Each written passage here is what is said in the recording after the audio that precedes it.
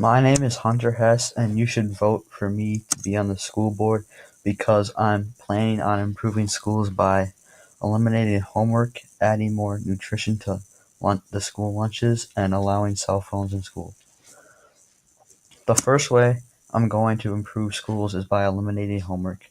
I think there should not be homework because students' attitudes and performances learning in the classroom improve when no homework is assigned. Homework makes parents and students frustrated, tired, and with not a lot of time left at the end of the day for activities. This lowers students' motivation to learn, which overall affects their academic performance. There is no way for tired and unmotivated students to come to class 5 days a week and be able to perform to their fullest potential. By eliminating homework, students can get to bed earlier and don't have to worry about the stress of homework. An article from debate.org says kids need time to relax and unwind. If kids have to spend hours on homework, then they are going to stay up late, causing lack of sleep and making the brain not as capable to learn as usual. They should be able to hang out with friends. Kids need social time. End quote. When kids get load of homework in every class, they're they're in, it creates a lot of stress. And if that student is in an activity out of school, like a sport, then they will most likely have to spend all of their time at home studying or doing their homework. If students spend their whole life after school doing homework, they will not develop the important social skills they will need when they grow up. I think students should be hanging out with friends after school. No one wants to come home from school just to start doing their homework. While homework offers some educational value, I think the cons outweigh the pros. My second topic is improving school lunches.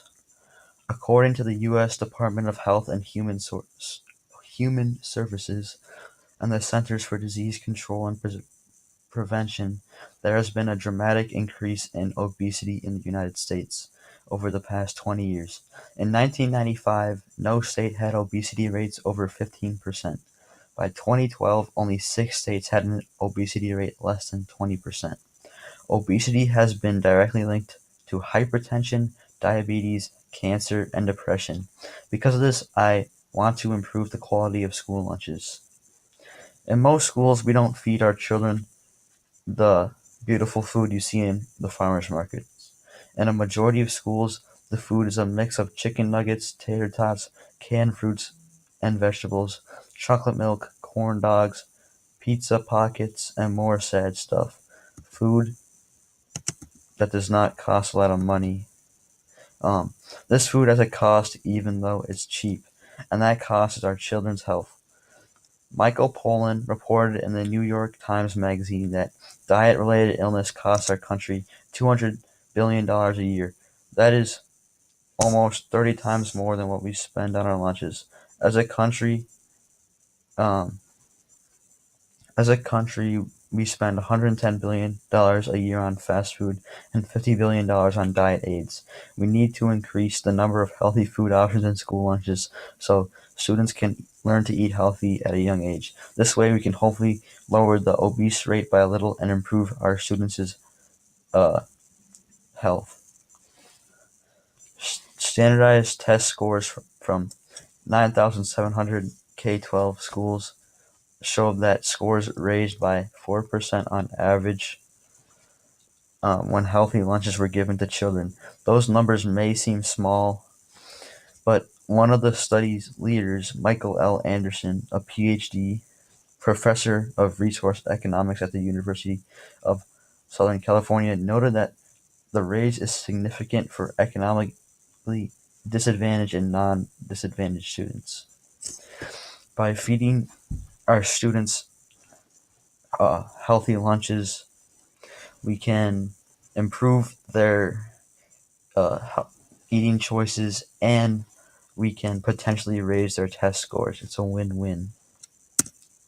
And my third and final way I'm going to improve schools is by allowing cell phones in school. Many people think that allowing cell phones in school is a terrible idea. They think that students will just play games and text on them the whole time.